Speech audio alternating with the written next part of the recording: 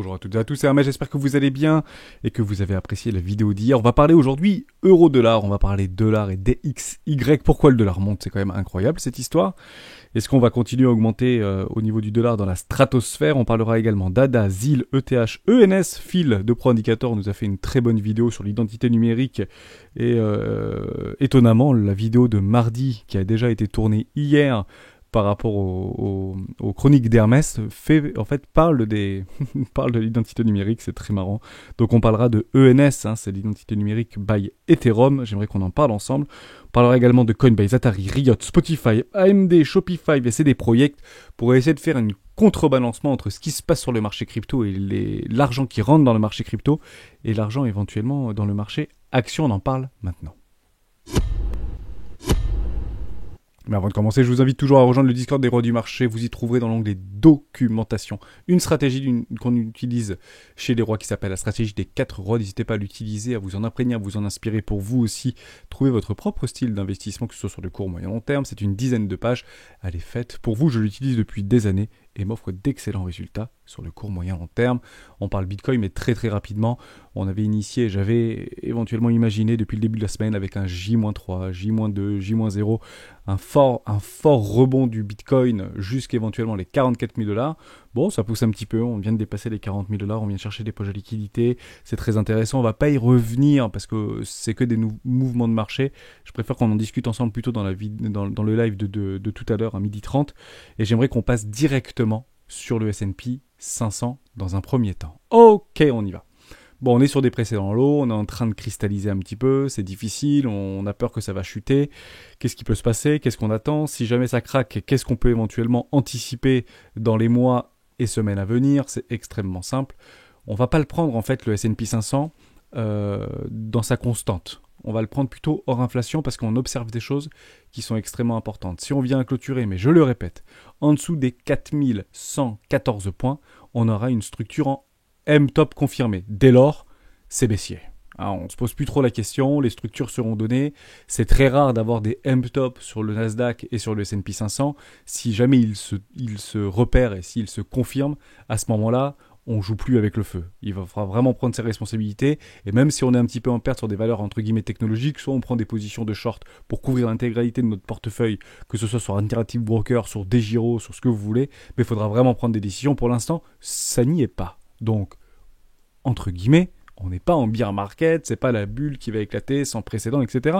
On est juste en train de travailler des précédents lots. Mais si on vient à clôturer une bougie en mensuel, et je dis bien en mensuel, en dessous des 4114 points, c'est pas bon. Ok, on fait une petite bifurcation parce qu'on avait déjà parlé pour les membres qui me suivent depuis quelques mois maintenant du S&P 500, mais hors inflation. Dès lors, on va en fait soustraire toute l'impression monétaire qu'il y a pu avoir, notamment depuis les 5 dernières années, 10 dernières années, 20 dernières années, et notamment les 5 000 milliards de dollars depuis la crise du Covid, qui a été imprimée et qui a principalement été déversé sur les marchés financiers, sur le marché secondaire. Donc on passe en fait hors inflation. Formidable. On y est, pas de problème. On l'avait déjà fait cet exercice il y a quelques temps. À chaque fois en fait qu'on avait trouvé cette espèce de point d'appui au niveau des 0,21, c'est un point d'indice, parce que je ne suis pas en pourcentage, par rapport au S&P 500, mais hors inflation. Pour le faire, vous mettez S&P/M2, c'est le Fred, tout simplement. Derrière, ça avait travaillé ici, rejeté, travaillé ici, transpercé, rejeté très fort, crack Covid. C'était ici, crise de 2008, et ici, aïe, aïe, aïe, aïe, aïe, aïe, aïe. Aïe, aïe, aïe, aïe, aïe, aïe. On est en train de structurer des choses qui ne sont pas très très belles. On est en train de structurer des choses qui ne sont pas très très belles et on avait en réalité confirmé un espèce de M-top en mensuel ici. Clôturé, on fait le rebond et on repart dans la stratosphère. Bon, on va partir du constat. Et ça, c'est un peu compliqué parce que c'est hors inflation. Mais techniquement, si on commence à perdre de nouveau ces précédents lots ici, ce sera pas bon. Mais je préfère regarder parce que beaucoup plus de personnes, de traders, d'institutionnels et tout, regardent plutôt le S&P normal, donc on regardera nous aussi le S&P normal, mais à chaque fois qu'on avait structuré, on avait rebondi sur cette phase-là, qu'on était proche entre guillemets de ces highs historiques juste ici, ici. Bon bah à chaque fois on s'était bouffé en fait du moins 30, moins 40%, moins 50% sur le S&P 500. Ok, donc ça c'est important de le regarder puisque ça permet peut-être de prendre des décisions rationalisées pour dire tout ne va pas forcément bien. Ok, donc ça c'est une première chose, ça c'était bien entre guillemets reproduit précédemment, est-ce que ça va faire exactement la même chose? on le sera, le signal, on l'aura où si on vient à clôturer en dessous des 4114 points. Avant, je ne m'inquiète pas. Je suis et je reste haussier. On passe au dollar par rapport au DXY. On est en train d'éclater les précédents highs. Bon, on avait tracé la petite trendline. Pour l'instant, je suis toujours en mensuel. Ce n'est pas clôturé, donc on attendra bien sûr une clôture. On est en train de travailler ce sommet historique de janvier 2017. Donc c'est du jamais vu, ça fait des gros titres, c'est extrêmement compliqué. Mais pourquoi ce dollar monte autant ? Il y a plusieurs raisons à ça. La première raison, c'est lorsqu'il y a un dollar fort, généralement, il y a les valeurs technologiques, les valeurs dites à risque qui prennent une dérouillée. Or, c'est pas vraiment ce qu'on observe. Parce qu'en réalité, le dollar XY, en fait, il monte en réalité depuis juin 2021. Donc on regarde depuis juin 2021 jusqu'à aujourd'hui, ça fait une très belle poussée haussière. Est-ce que depuis juin 2021, le S&P 500 est en train de s'exploser la tronche par terre ? Hop, je reviens, juin 2021. Il est où mon juin 2021 ? Il est là. Non, il n'est pas en train de s'exploser par terre. On est exactement au même niveau que juin 2021. Donc il y a peut-être de la distribution ici, je ne dis pas le contraire, mais actuellement on ne voit pas le S&P comme ça. Donc c'est pas une nécessité, comme quoi on est en train, peut-être, et c'est vrai, on est en train probablement de prendre massivement des profits, notamment sur les valeurs technologiques, sur Apple, sur Amazon. Bill Gates l'avait annoncé il y a quelques mois, a pris énormément de profits sur ces valeurs technologiques, a tout vendu, il a acheté du Kampong, pas de chance, ça continue entre guillemets à dérouiller, on fera un tout petit tour en fin de vidéo si vous voulez, mais techniquement c'est pas vraiment ça aujourd'hui qui nous indique que le marché va craquer parce que le dollar monte. Mais il y a en fait une autre chose qu'on n'y pense pas en fait naturellement et que je n'ai pas trop revu en fait chez mes confrères influenceurs, c'est qu'en réalité, les premiers à avoir augmenté les taux directeurs au niveau des obligations, c'est les États-Unis. Bon, ça c'est un fait. Ils ont augmenté ces taux. Les taux en fait au niveau des obligations, des bons du trésor américain ne font que augmenter depuis le début de l'année. Donc je reviens par rapport à début 2022, ils ont très fortement augmenté. Okay, on n'est pas encore dans un risque de récession, etc. Pour l'instant, rien ne nous l'indique. C'est une certitude absolue. Mais les bons du trésor américain ont augmenté. Dès lors, qu'est-ce qui est en train de se passer ? Eh bien, des gens, des gros portefeuilles, des fonds institutionnels qui prêtaient de l'argent, par exemple, à la zone euro, à l'Europe, à la France, à l'Allemagne, à la Russie, à l'Espagne, à tout ce que vous voulez, en fait, dégagent de la liquidité pour, en fait, renverser leurs réserves de change pour les passer en dollars pour acheter des obligations américaines. En réalité, l'argent ne se crée pas. L'argent, alors, si pour le coup, l'argent se crée, mais toujours sur une dette en collatéral. L'argent se déplace. Les 5 000 milliards qui ont été, entre guillemets, déversés sur les marchés financiers, peut-être, probablement, dans une toute petite partie sur les marchés crypto, ne fait que se déplacer. D'accord ? Dès lors, dans ma représentation de ce qui est en train de se passer, il y a des gros fonds d'investissement qui se dégagent de leur euro, qui se dégagent de leur yen. On le voit très bien si on fait des corrélations avec euro-dollar par exemple. C'est du forex pur et dur, mais je trouvais ça extrêmement intéressant de vous emmener de ce côté-là. Pourquoi ? Parce que ça permet peut-être d'avoir une autre analyse, une analyse un petit peu différente. On prend l'euro-dollar, c'est en train de se péter la tronche littéralement, et sur des plus bas depuis 2016. Les gens enlèvent du dollar, enlèvent de l'euro pour acheter du dollar, pour les investir dans les obligations américaines. Pourquoi ? Parce que, jusqu'à preuve du contraire, la croissance aux États-Unis est plus forte que le reste du monde. Aux États-Unis, et ça on l'avait bien entendu il y a quelques années, il y a quelques mois, quelques dizaines de mois, les Américains vont beaucoup plus vite dans la reprise économique post-Covid, etc. Dès lors, on attend en fait des bonnes performances aux États-Unis, on enlève notre euro parce que la zone euro est un peu plus fébrile, on prend l'euro pour les transformer en dollars, et les dollars on les met dans les obligations d'État. Pourquoi ? Parce qu'eux ont remboursé les taux. Que faire alors pour, entre guillemets, récupérer un euro fort ? Comment on fait pour, entre guillemets, renverser cette tendance ? C'est extrêmement simple. On va du côté de la BCE, forte probabilité de hausse des taux d'ici la fin de l'année, si l'inflation reste élevée selon Christine Lagarde. Que nini. En fait, on est en train de voir qu'on est en train d'avoir une balance de change et une réserve de change qui n'a jamais été aussi bas que depuis les années 2000. On est passé de 70% de réserve de dollars à 59% aujourd'hui. Donc techniquement, c'est pas les États ou c'est pas les banques centrales qui vont faire chuter le dollar.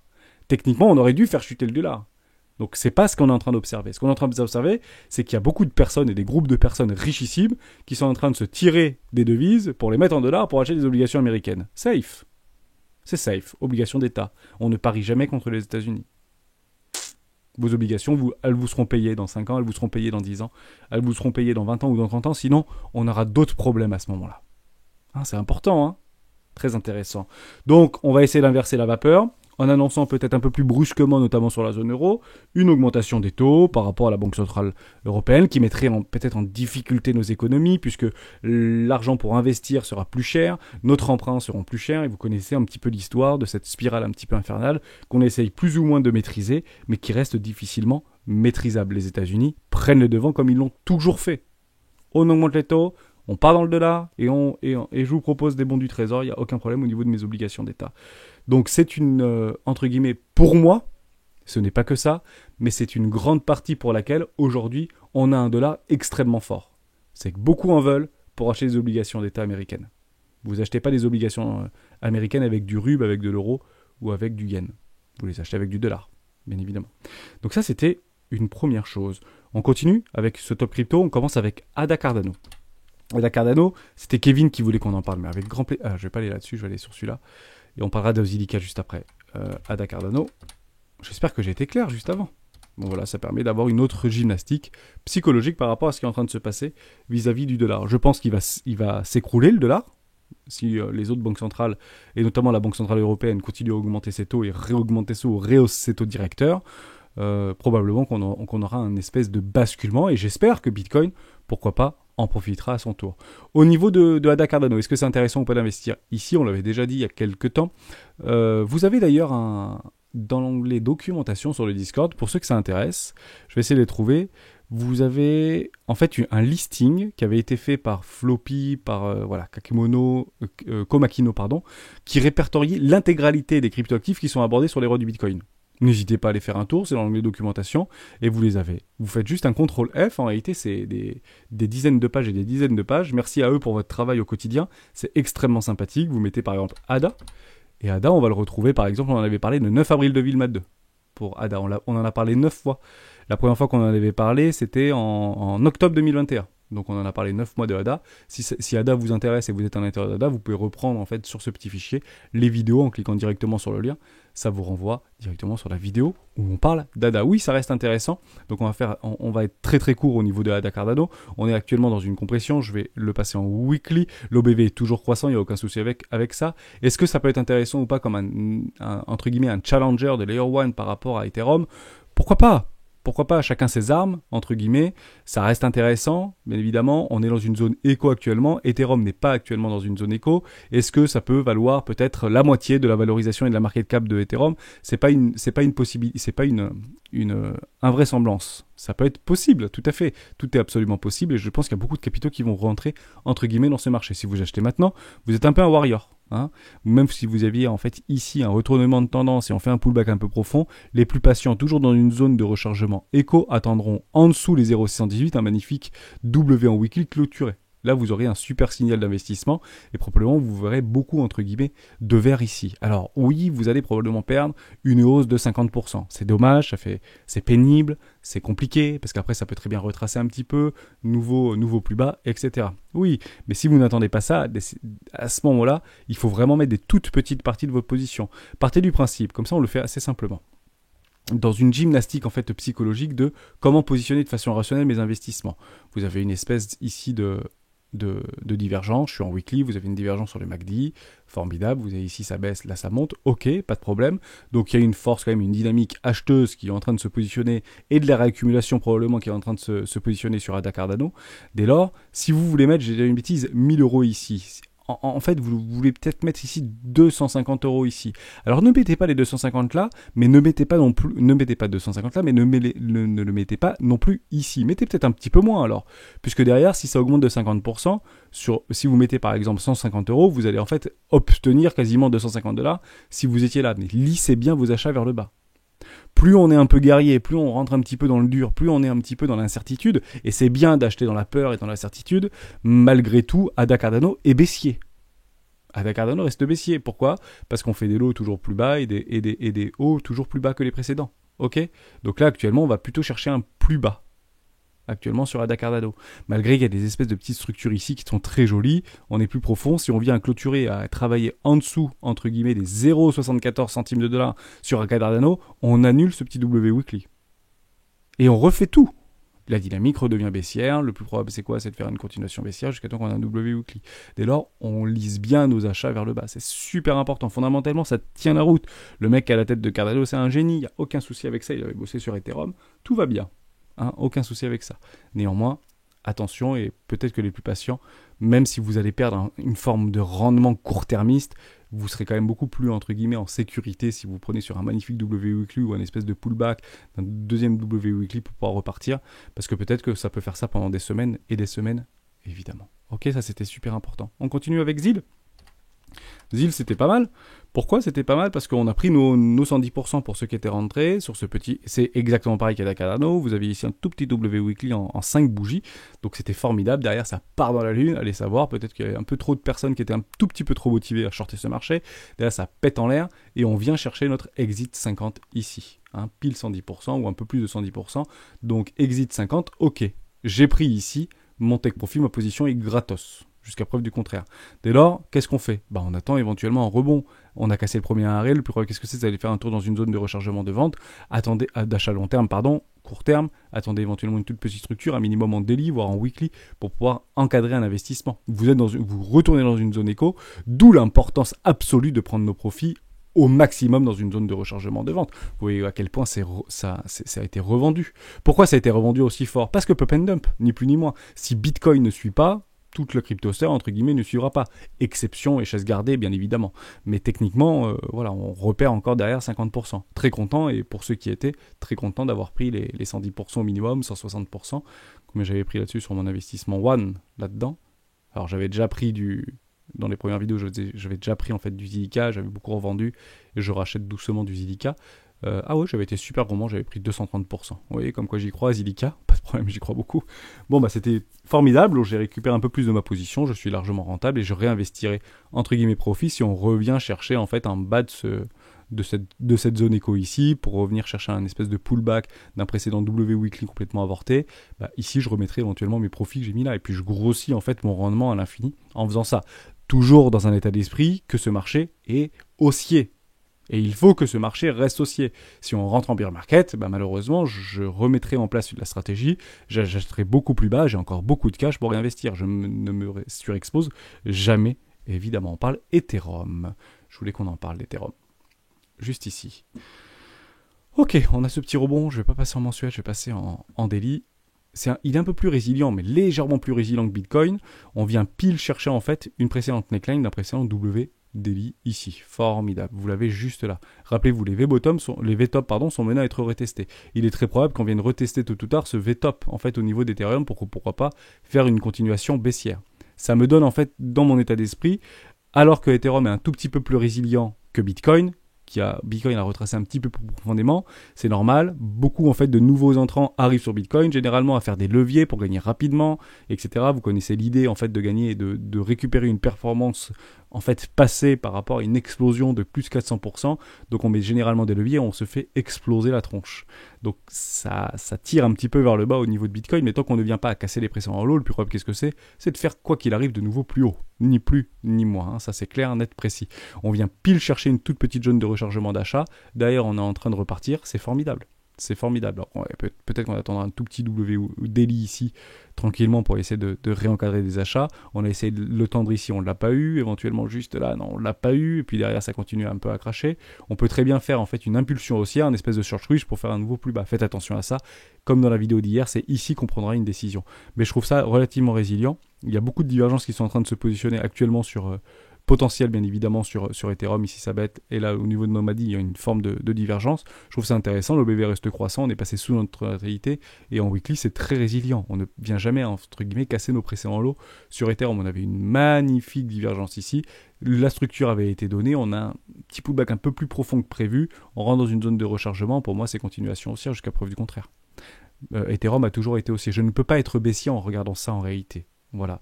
Et si je dis ça pour Ethereum, je dis ça pour quasiment l'intégralité du cryptoactif, middle cap et grosse capitalisation. Pourquoi? Parce que c'est haussier, hein, ni plus ni moins. Donc je reste haussier jusqu'à ce que ça me fasse mentir.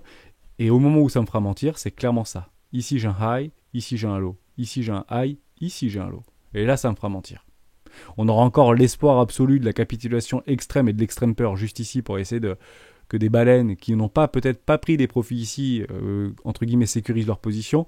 Ce dont je doute, je pense qu'ils ont beaucoup pris de profit et qu'il y en a beaucoup qui sont en train de se réaccumuler là, même si c'est pas très important au niveau du funding et au niveau des open interest, probablement qu'on viendrait en fait les exposer pour après continuer bear market, quoi.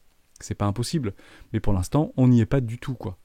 Ok, tant qu'on ne vient pas en dessous des 1700 $ et clôturer en dessous des 1700 $ sur Ethereum, comme pour Bitcoin, jusqu'à preuve du contraire, ça restera haussier. Mais ça, si on vient casser en dessous là, ce petit W weekly, on aliène complètement ce magnifique W weekly, que ce soit sur Ethereum, que ce soit sur Bitcoin, c'est super bearish, quoi. C'est super baissier. Entre guillemets, les acheteurs ont perdu et les vendeurs ont repris la main.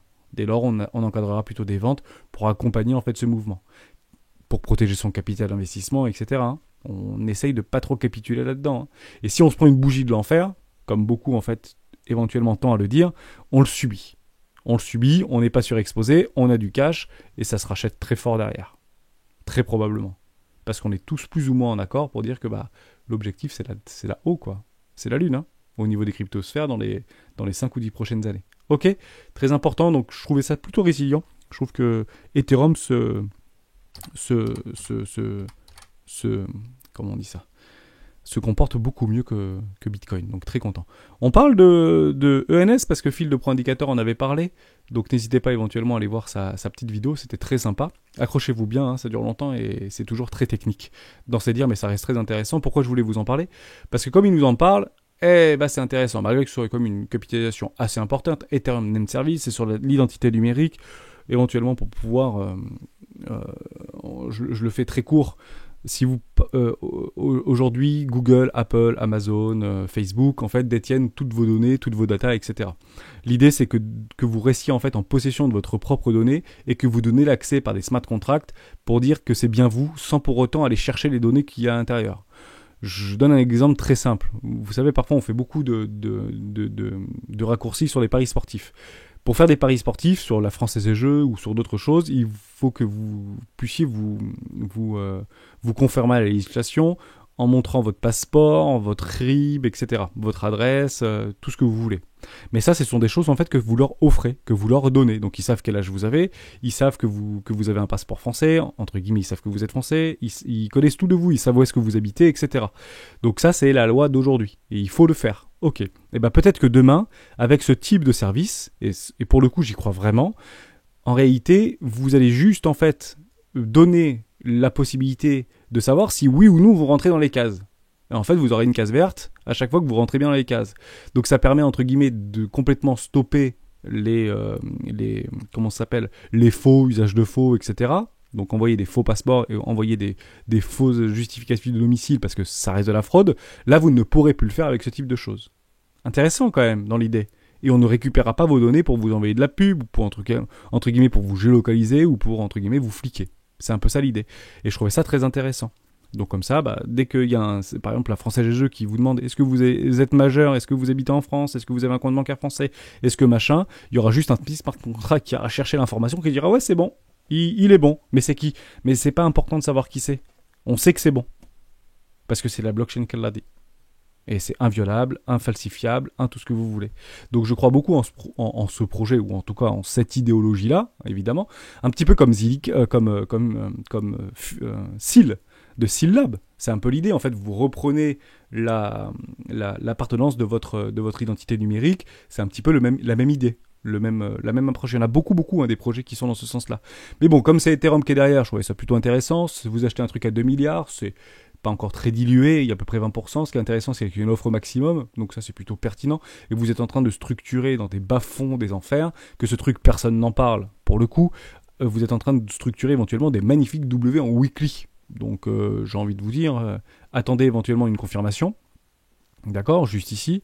Mais si ça vient à clôture au-dessus des 21 $, vous avez un magnifique signal d'investissement. Ce truc peut partir et peut valoir 10 milliards, ou 20 milliards, ou 50 milliards. Je dis pas le contraire. Il y a du gros monde derrière. Il y a du monde sympa. Tous les créateurs, c'est une corporation. Je vais juste regarder rapidement sur le site. Pour avoir votre propre domaine numérique, c'est très intéressant. Ça va beaucoup plus loin, bien sûr. Vous pouvez aussi, en tant qu'Internet, mais l'idée c'est que vous soyez votre propre .eth. Je trouvais ça très sympa. Mais il y a du gros monde derrière. C'est vraiment l'idée de la propriété numérique, décentralisée, etc. Je trouve ça très très sympa. Ok. Donc regardez, mais je sais plus qui... la team, si, la team. J'ai vraiment envie de vous en parler, je trouvais ça sympa. On va essayer de pas faire une vidéo trop longue, ça peut être cool. Ethereum Foundation, il y a Chainlink derrière. Chainlink très très bien, il y a Binance évidemment. Enfin, il y a des mecs qui sont bien derrière. Voilà. Il y en a plein qui viennent de plein de trucs différents, etc. Prenez le temps de regarder si ça vous intéresse. En tout cas, moi, je suis hypé par ce projet, comme beaucoup d'autres, bien évidemment. Mais en fait, je pense que ça, c'est... et je partage, pour le coup, plutôt l'idée de Phil de Pro Indicator. N'hésitez pas à aller voir sa petite vidéo, je trouvais ça sympa. Voilà pour ça. On continue. Et on change un petit peu des cryptoactifs. On va parler d'autre chose. On va parler Coinbase. Parce que quand, en fait, ça va bien, entre guillemets, dans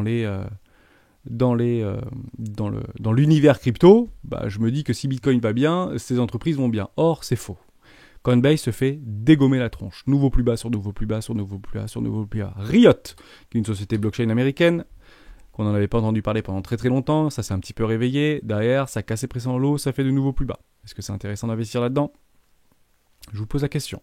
Très, très bonne question. On éclate les pressions en lot, on va chercher un 0,886, ça se pète la tronche chez côté au Nasdaq. Ok, on continue. Donc le Nasdaq est en train de se faire pulvériser. Atari.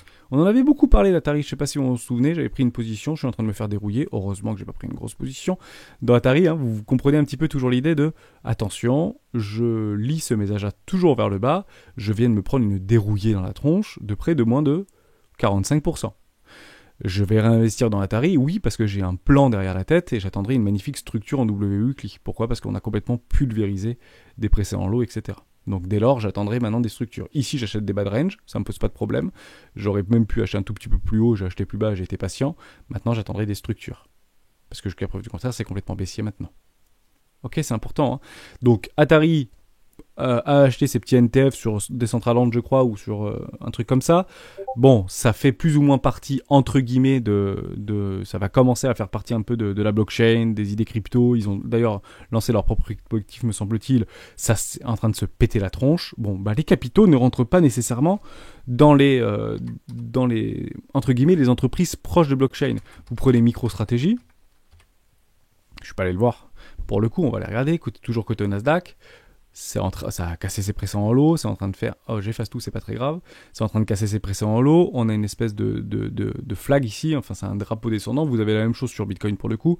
Peut-être que ça va faire ça. Généralement non, pour le coup, c'est parce qu'on est quand même dans une tendance relativement haussière jusqu'à preuve du contraire. Je pense qu'on vient chercher en fait une zone de rechargement d'achat.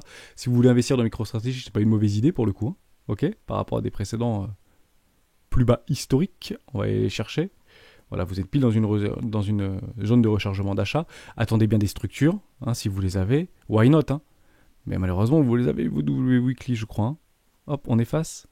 C'est incroyable, hein, mais vous les avez, vos W Weekly. Ça a bien clôturé cette bougie hein, d'indécision.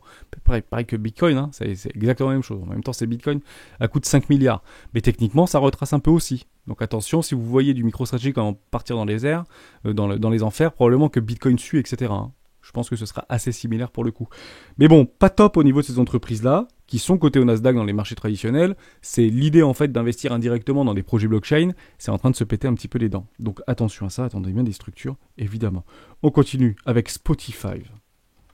Spotify, intéressant ou pas intéressant? Spotify. Nasdaq également. Le Nasdaq est en train de se faire détruire. On fait encore des plus bas et des encore plus bas et des encore plus bas. Ça continue. Donc on lise bien les achats, on avait pingé un 0,86, derrière on vient de casser des pressants en lot. Waouh, c'est impressionnant. Hein. En fait, si vous aviez acheté au plus bas de plus bas en 2018 du Spotify et que vous n'avez pas pris vos profits, vous êtes perdant aujourd'hui. Ça fait mal, hein. Alors les holders à long terme, ils sont pas contents qu'ils ont acheté le bottom. Ici, vous êtes le roi du monde si vous avez acheté ici, ici ou ici parce que vous y croyez. Hein. Aujourd'hui, vous avez perdu de l'argent. Et vous avez perdu une hausse pour les holders à long terme de plus de 230%. Je pense que ce truc est encore en vie. Le prix d'introduction, c'était juste ici, aux alentours des $148. On est bien en dessous aujourd'hui. Dommage. On continue avec Shopify. Dès lors, prenez bien vos profits. C'est super important. Shopify, qui a bien performé pendant toute la crise du Covid, avec des résultats plus ou moins canonissimes. On fait des plus bas dans des plus bas dans les plus bas. On est en train de traverser une zone de rechargement d'achat long terme. Ça continue, il n'y a aucune structure. Dès lors, attendez vos structures, parce que si vous n'avez pas de structure sèche et confirmée, le plus probable, qu'est-ce que c'est, tant qu'on ne vient pas casser le premier arrêt, de faire un nouveau plus bas. Shopify nous le prouve. Hein, on n'achète pas des couteaux qui tombent. Je fais mon petit parallèle avec Netflix. N'achetez pas du Netflix, puisqu'il n'y a pas de structure. Ça sert strictement à rien.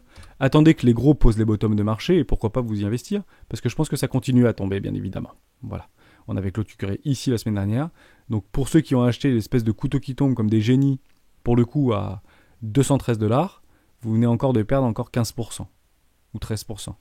Dommage. Et pourtant, vous êtes des rois du monde à avoir acheté le pic ici. Hein. Bon, beaucoup ont acheté le pic ici également. Mais vous n'avez pas de structure. Jusqu'à preuve du contraire, on vient de casser le premier arrêt a été cassé. Sèchement ici, vous le voyez bien, le premier arrêt. Le problème, qu'est-ce que c'est ? C'est d'aller faire un tour dans une zone de rechargement d'achat. Le plus probable. Zone de rechargement d'achat. On y est. On attendra les structures éventuellement pour s'y mettre. Vous allez me dire, sur Bitcoin, il y a aussi... sur Bitcoin, on est dans une zone de rechargement d'achat, etc. On n'est pas encore dans une zone de rechargement d'achat. Oui, vous avez raison. Mais en fait, jusqu'à preuve du contraire, vous avez en fait une dynamique de prix, ici, qui est haussière. Jusqu'à ce qu'en fait, on vienne casser des précédents lots. Et sur Bitcoin, on n'a pas cassé des précédents lots. Vous voyez ce que je veux dire ? Donc la dynamique, en fait, reste haussière sur Bitcoin. Là, c'est plus haussier. C'était difficile. En fait, beaucoup attendaient probablement un rebond. Trop de personnes motivées à levier peut-être sur Netflix. Parce que bon, moins de 100 000 entre guillemets abonnés, c'est pas non plus la Bérésina.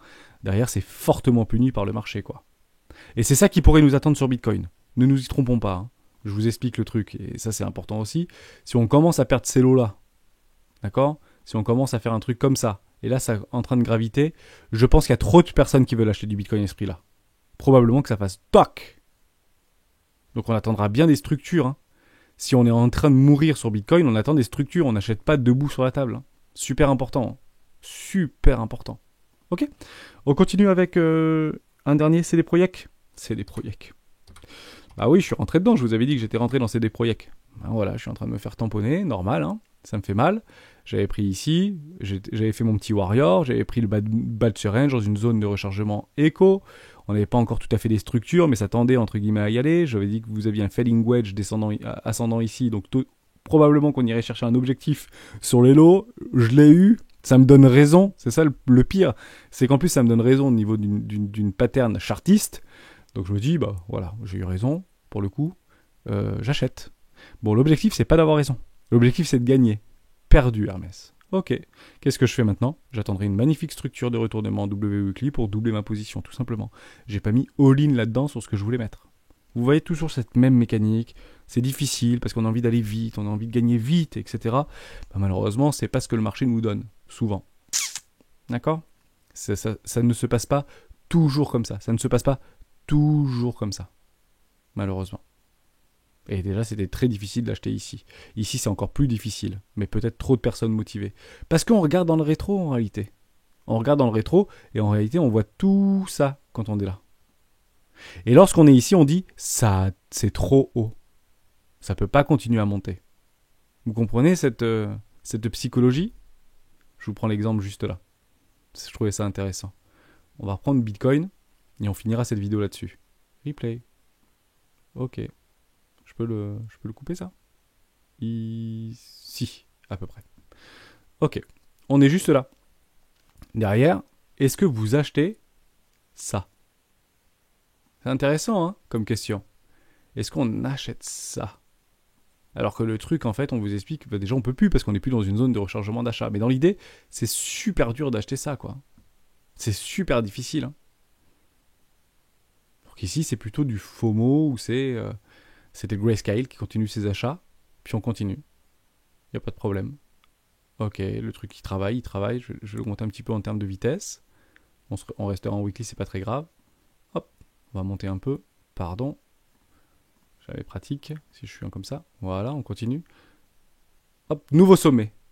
Ah, on FOMO là. Ici, il n'y a pas vraiment de structure. Derrière, Elon Musk annonce, j'ai acheté du Bitcoin, c'est génial. Ici, vous avez le break, beaucoup d'acheteurs. Normal, vous avez beaucoup d'acheteurs. Derrière, dernière arrivée, probablement premier sorti déjà. Tous les leviers x50, x10, x20, x tout ce que vous voulez. Ça continue. On achète le dip ? Bah continuez à acheter le dip. C'est très fortement racheté. Derrière, on va chercher le dip, on sort tous les acheteurs agressifs. Ça cumule. C'est nouveau sommet. Et là, on vous parle Bitcoin à 150 000. Bitcoin à 100 000. C'est une certitude absolue. Ici, Bitcoin, $100 000. Enfin, tous les dips sont rachetés. On ne vient jamais remettre en cause, entre guillemets, notre premier arrêt, jusqu'à preuve du contraire. Tant que le premier arrêt tient, le plus probable, qu'est-ce que c'est? C'est d'aller faire un nouveau sommet, tout simplement. Regardez ça. Ça tient, ça tient, ça tient. Continuons. Bitcoin à 100 000. On y va. Allez, c'est pas grave, on fait le dip. Tant que le premier arrêt tient, c'est bon. Tant que le premier arrêt tient, c'est bon. Tant que le premier arrêt tient, c'est bon. Et là, ça swing un peu là-dedans. Et c'est difficile, hein, psychologiquement, de résister à ça. On continue. Tant que le premier... Ah oh. Stop. Ok. Vous aviez deux possibilités. Soit ici, vous avez eu le break, clôture confirmée.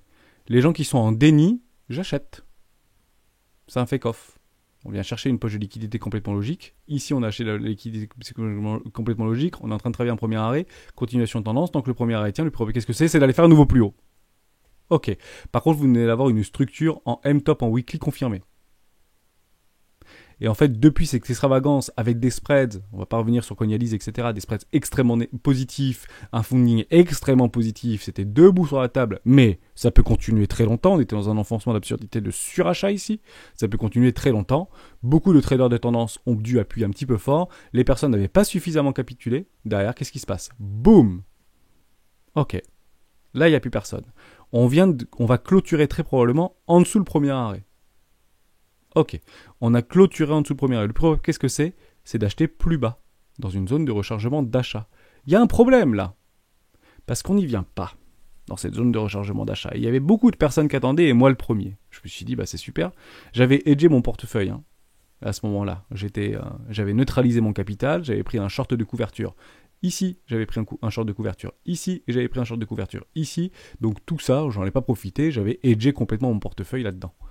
Ok, bon attends, moi j'achèterais de toute manière sur les 0,618 et pas avant. Moi j'avais un ordre ici, 27 000 $, et là ça targetait les 15 000, les 20 000, c'était sûr que ça allait à 20 000 $, hein, certain. Ok, structure maintenant d'un W Weekly. Intéressant. Ouais, mais on n'est pas venu dans une zone de rechargement d'achat. Et on a bien eu un M-top, mais ce M-top a été annulé, juste ici, par ce W Weekly. Mince. Est-ce qu'on joue encore ou pas? Ou est-ce qu'on achète là? On n'achète pas puisque, en réalité, on est en dehors d'une zone de rechargement d'achat long terme. Mais on peut aller voir sur d'autres cryptoactifs. Et là, on a commencé un petit peu à acheter sur d'autres cryptoactifs, etc. C'était sympa. Sur Zilliqa, sur KMD, Komodo, Ada Cardano, Solana, ce que vous voulez. Solana est un petit peu haut, je crois, encore à ce moment-là. Bref, il y avait plein de cryptoactifs qui étaient positionnés en première classe, classe éco, etc. Ok, là, on se retrouve sur un dead cat bond. Néanmoins, on avait beaucoup de petites cryptos, il y avait beaucoup de petites cryptos qui vous avaient donné des 110% ici. La question à savoir, c'est est-ce qu'on hedge ici? Bien sûr qu'on hedge. Pourquoi? Parce que c'était extrêmement baissier, le sentiment était baissier. De toute manière, on retournera, entre guillemets, à 20 000 $. Donc ici, on prend un short de couverture. J'ai pris mon short de couverture. Formidable. C'est bien. T'as bien fait, ça donne raison aux impatients. Mais derrière, on récompense les plus patients. D'ailleurs, on ne vient pas casser le premier arrêt. Nouveau plus haut. Attention, si on vient à clôturer au-dessus de là-dedans dans les mèches, ça va être chaud pour moi. Je vais peut-être perdre mon short de couverture. À ce moment-là, bim, je viens de perdre mon short de couverture. À ce moment-là, je ne suis plus protégé. Aïe, aïe, aïe, aïe, aïe, aïe. Je ne suis plus protégé, mais j'avais beaucoup de cryptoactifs qui avaient surperformé, entre guillemets, surperformé, le Bitcoin. Donc j'avais pris beaucoup de profits, etc. Donc j'ai du cash, entre guillemets, qui s'accumule dans mon bag. J'ai perdu de l'argent et je n'ai pas profité de toute cette petite montée-là. Mais j'ai de l'argent qui accumule dans mon bag, il n'y a pas de problème avec ça. On continue. Et là, il y a un truc qui se passe qui est très pénible. En réalité, pour vous comme pour moi. Qu'est-ce qui se passe? On était avec SIG à discuter par rapport à des M-top, etc. Pour moi, nouveau sommet. Ok. Bitcoin à 100 000. Derrière, on retrace. Mais à ce moment-là, on n'a pas de structure. On n'en a plus de structure. Et on repart comme dans le délire. On vient chercher les précédents bottoms de marché. Des bottoms de marché définitifs. Pourquoi? Parce que W en weekly, juste ici. Derrière, tant qu'on ne vient pas casser le premier arrêt, le plus rapide, qu'est-ce que c'est? C'est de faire un nouveau plus haut. C'est le dip. Ok, on va dipper. On est pile dessus, regardez comment ça rebondit. Pam, pam. Je suis en weekly, mais c'est intéressant. Donc le premier arrêt tient, le plus rapide, c'est de faire un nouveau plus haut. Aouh! Et on se fait arracher. Ok, on s'est fait arracher. On est direct venu dans une zone de rechargement d'achat. Beaucoup de personnes avaient acheté ici, debout sur la table. Formidable. On continue. Toujours sur un V-bottom. Un V-top, pardon. Les V-top sont menés à être retestés. Il n'a jamais été retesté, ce V-top. Ce V-top n'a jamais été retesté. On reconsolide, on est en train de structurer quelque chose. c'est difficile, on range, donc on peut tracer ça. Ici, c'est bull, ici, c'est bear. C'est bull, bas de range, on achète les bas de range pour vendre les hauts de range. Ça casse. Le range est tombé. On vient de casser le range par le bas. Continuation baissière. Mais les V-top sont menés à être retestés. Ok. Donc on ne vient pas casser les pressions en low. Le problème, qu'est-ce que c'est? C'est une continuation haussière. On a sorti beaucoup d'acheteurs ici. Et en réalité, depuis que je vous parle, on a sorti beaucoup d'acheteurs ici. On a sorti beaucoup d'acheteurs ici. Et les acheteurs qui avaient ici debout sur la table pour dire c'est le dip, on va repartir parce que c'est une zone de rechargement d'achat, on vient de les sortir. On continue. On continue. Ça rebondit doucement. Ça rebondit doucement. Un peu trop chaud. Les V-bottoms sont menés à être retestés. Faites attention. D'ailleurs, on a pile ici le premier arrêt. Hop. On continue. Tant que le premier arrêt ne cède pas, le problème, qu'est-ce que c'est? C'est de faire un nouveau plus bas. C'est pas debout sur la table. Faites très attention à ça. On vient retester ce V-bottom. Formidable. Ok. Waouh. Beaucoup de vendeurs, dans le déni probablement, qui appuient très très fort. Les vendeurs encore là, les vendeurs encore là. On pousse. Ça continue. Bam. Ok. Les V-bottom sont menés à être retestés, V-bottom retesté ici. W weekly confirmé. Clôture au-dessus d'un premier arrêt. Le plus probable, qu'est-ce que c'est? C'est d'aller chercher beaucoup plus haut maintenant et faire toute cette continuation haussière. C'est ça la réalité. Le plus probable, c'est ça. Beaucoup de personnes achètent ici, avec un stop loss ou en dessous des précédents lots. Donc beaucoup de stops sont actuellement sous les 32 843 $. Dès lors, vous pouvez targeter vos 100 000 $, parce que c'est ce qui était prévu dans votre esprit, et vous allez targeter dit l'infini. Ok, vous perdez 30% ici. On l'avait bien vu qu'il y avait beaucoup de shorts actuellement sur The Kingfisher, etc., sur les 27 000 $, 30 000 $, 33 000 $. Il y avait beaucoup de personnes qui étaient encore là-dessous. Ok, donc il y a des grosses poches de liquidité, évidemment, de stop logique ici. Derrière, bougie d'indécision en weekly. Et on retrace, on réintègre le range. Aïe, ici, on réintègre le range. C'est pas vraiment ce qu'on voulait voir. Mince. Donc ici, beaucoup de personnes, entre guillemets, qui avaient acheté ce break sont sous l'eau. On a la tête sous l'eau. Ok?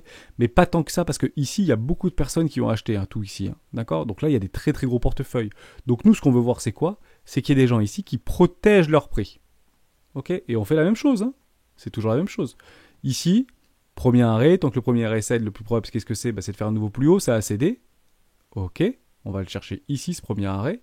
Le premier arrêt a cédé, donc le plus probable, c'est d'aller faire un tour dans une zone de rechargement d'achat. Ok. Bon, jouons la zone de rechargement d'achat. Soyons patients. On vient de rentrer dans une zone de rechargement d'achat juste ici, et on commence à pousser. Ok, on pousse. On pousse. Deuxième fois. Waouh, c'est dur. Et là, c'est fini. Ok. On est là. Donc on est en train de travailler quoi? Ici, vous avez encore un V-top. Les V-top sont menés à être retestés. Ou ça dans une zone de rechargement de vente. Prenez la vidéo d'hier, c'est exactement ce qui est dit dedans. Et ces V-top également sont menés à être retestés. Pour moi, c'est un V-top. Donc le plus probable jusqu'à preuve du contraire. Donc je maintiens en fait mon esprit boule jusqu'à preuve du contraire. Et de ce fameux énorme short squeeze J-30, comme ça on sera large, dans une zone de rechargement de vente logique long terme. Merci à toutes d'avoir suivi cette vidéo jusqu'au bout. On se retrouve à 12h30 pour ceux qui le souhaitent sur un petit live des rois du Bitcoin.